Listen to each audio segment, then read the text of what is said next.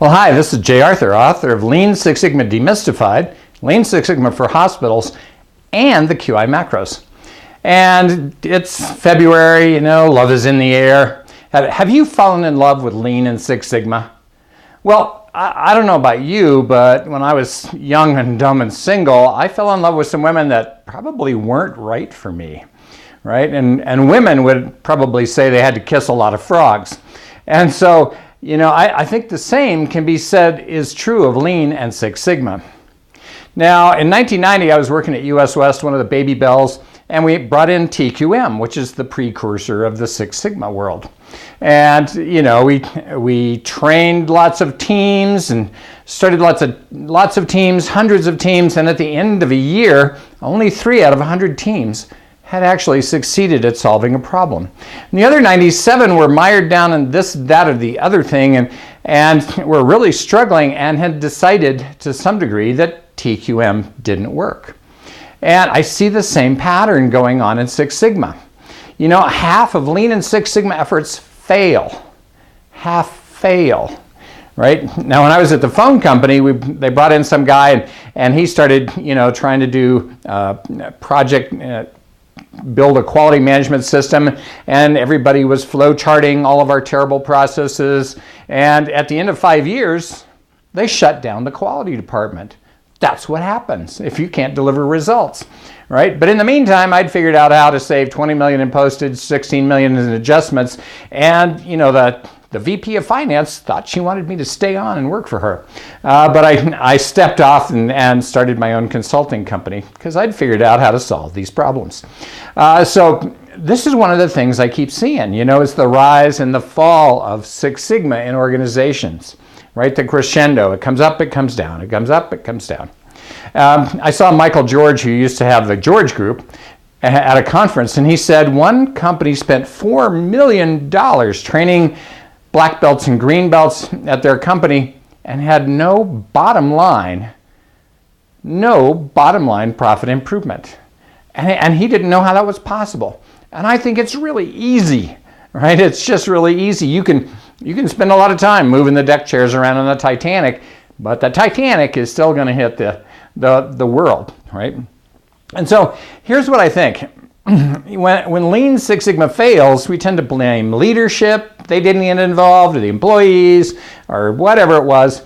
But, one of those romantic comedies I loved, I think it was Ryan Reynolds' character said something to the effect of, I look back over all my relationships and I realized, who was at the scene of every crime? And he realized it was himself. Well, what's at the scene of every crime in Lean Six Sigma failures? Lean and Six Sigma. So, way back when, I saw Deming in the early 90s, and somebody asked him about total quality management, and Deming said, I have no idea where they came up with the phrase total, right? Quality management is about fixing the stuff that needs fixing, right? Then he quoted Juran, vital few, trivial many. I describe it as, most people think problems are spread all over the company like butter on bread, when it's really like mold on bread. You want to fix the moldy places and leave everything else alone. Because I guarantee you, if you try and implement the big wall-to-wall, floor-to-ceiling kind of big Six Sigma, guess what? You're going to put a load on places that don't need the load, all right? You just don't need it. And I think of this as like the Job of the Hut version of Six Sigma. And if you look at all the best-selling Six Sigma books out there, what do? They talk to you about how to implement this big monolithic Six Sigma quality management system. No, I think there might be a better way to go about this, and I've learned this over the years. All right, so vital few, trivial many. So let's think about this. Would you rather fall in love with the Job of the Hut version of Six Sigma, or is there a Princess Leia version that we might look at? One, that's more agile and more athletic and more lean and able to get things done.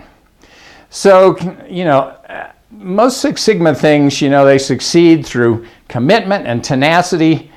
But if you don't have those two things, how do you get forward? How do you make it go forward? So one of my beliefs is that Six Sigma got lost. The whole quality movement got lost. And if we go back and look at over time, back in the early 50s, right after the war, America had the only freestanding manufacturing plant in the world. And the quality world, employment, right? If this is employment over here. Employment for service and manufacturing are about the same. And so the quality movement was largely based in manufacturing, so they put all their bets down on manufacturing. But since then, manufacturing's gone from about a third of total employment down to about 11% of total employment. At the same time, service industries have gone up. They're 80% of total employment.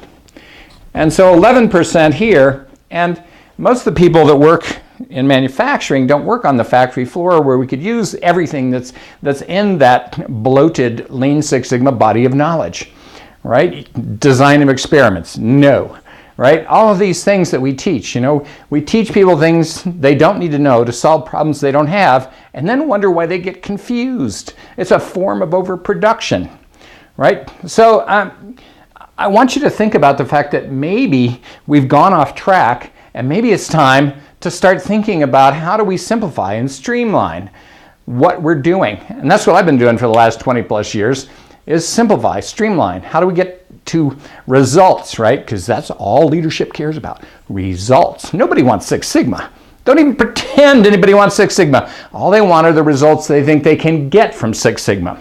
But then they've kind of bought into this whole idea, well, I have to go get some training, create some green belts and some black belts and do this and start teams and blah, blah, blah, blah, blah, blah, blah, blah, blah, blah, blah. I'm not sure that's necessary.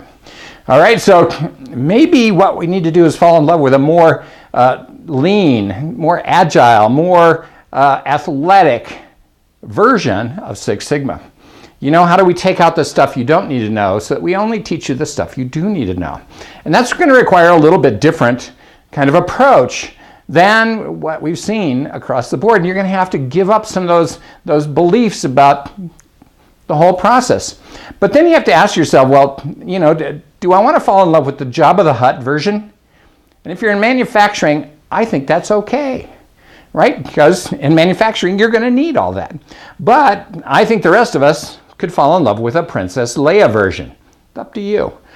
Jabba, a Princess Leia version of Lean and Six Sigma. And I think those things can drive dramatic improvement. Now, I don't know about you, but if I talk to anybody in service industries, healthcare, wherever it is, if I say the word Six Sigma, you know what they say to me? Isn't that just for manufacturing? And then I have to go, no, it's not just for manufacturing, right? But they don't believe me, right? Because we made the mistake of making it all about manufacturing. So I'm going to invite you. Let's decide that now would be a good time to start to learn how to serve a much larger client base. And not by teaching them all the crap that we teach them for manufacturing, but by a restricted version, something that they can grab onto right now and start to solve problems. Now, there was a Harvard Business Review article this month in January here, and the guy said, there's no appetite for a weeks-long training like Six Sigma anymore. Hello, that's a clue. And then I was reading in Fortune magazine in January, and the guy said, shorten attention spans. Nobody has time or attention for long, deep training. Right? It's that companies are changing how they are doing their training into sound bites, little small segments, right? So that people can learn more quickly and get things done, and they're finding that's more effective. So maybe we have to change how we do lots of things in Six Sigma to achieve this outcome, which is making a more robust economy, creating a world where everything works flawlessly and where we're not hassled by things. All right, so that's the idea. And over the next few videos, I'm going to talk to you about how do we get in and simplify, streamline, and optimize Six Sigma to get this outcome. And we're going to borrow from my world, the world of software, to figure out how to do that. So I'm Jay Arthur. You can choose Jabba if you're in manufacturing, but maybe we need a Princess Leia version, and we're going to talk about that over the next few weeks.